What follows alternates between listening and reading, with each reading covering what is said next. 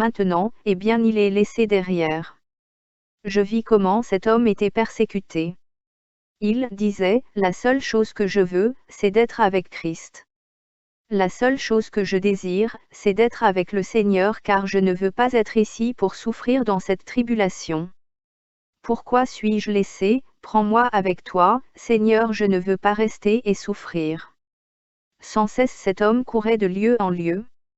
Le Seigneur me dit, servante, il n'y a rien que je puisse faire maintenant. Pendant longtemps, j'ai parlé avec lui, en lui faisant savoir que j'allais venir bientôt, mais il ne m'a pas cru, et bien il a été laissé. Je vis également tant de gens courir partout, beaucoup de gens couraient désespérés et cherchant la paix sans la trouver. Ils hurlaient, nous voulons la parole de vie, nous avons soif de la parole de Dieu. Mais c'était trop tard, car Dieu avait déjà pris son Église. Je vis tant de filles et garçons courir à travers la brousse et les montagnes pour trouver la paix. Ils cherchaient la paix mais ne pouvaient pas la trouver et le Seigneur me dit pourquoi, servante, j'ai déjà pris mon Église et c'est Satan qui règne à présent. Satan avait déjà pris le contrôle des choses sur la terre et il y avait des tourments partout sur la terre. Les gens couraient de lieu en lieu. Les gens voulaient se manger les uns les autres tout crus et se tirer les uns les autres.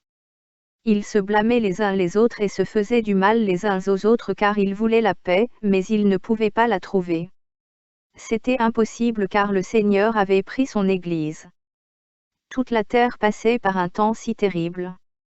Je vis des choses tellement horribles. Tant de gens se faisaient du mal disant, nous voulons l'amour, nous voulons la paix. Mais il était trop tard.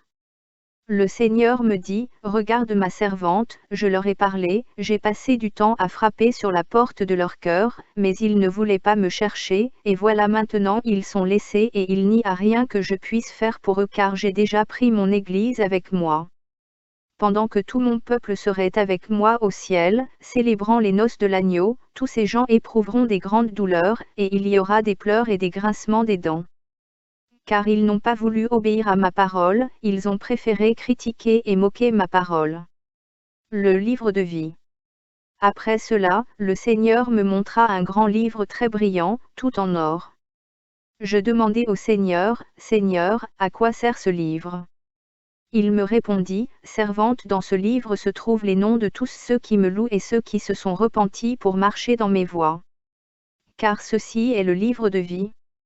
Dans ce livre sont écrits les noms de tous ceux qui se rassemblent pour louer et glorifier mon nom. Le livre était si grand, avec des écritures en or. Il me dit, regarde servante, je n'ai pas effacé beaucoup de ces noms à cause de ma miséricorde, beaucoup m'ont tourné le dos. Beaucoup d'entre eux m'ont tourné le dos, mais ma miséricorde est si grande que je n'ai pas encore effacé leurs noms, car je ne veux pas qu'aucun ne périsse mais que tous aient la vie éternelle. J'ai commencé à toucher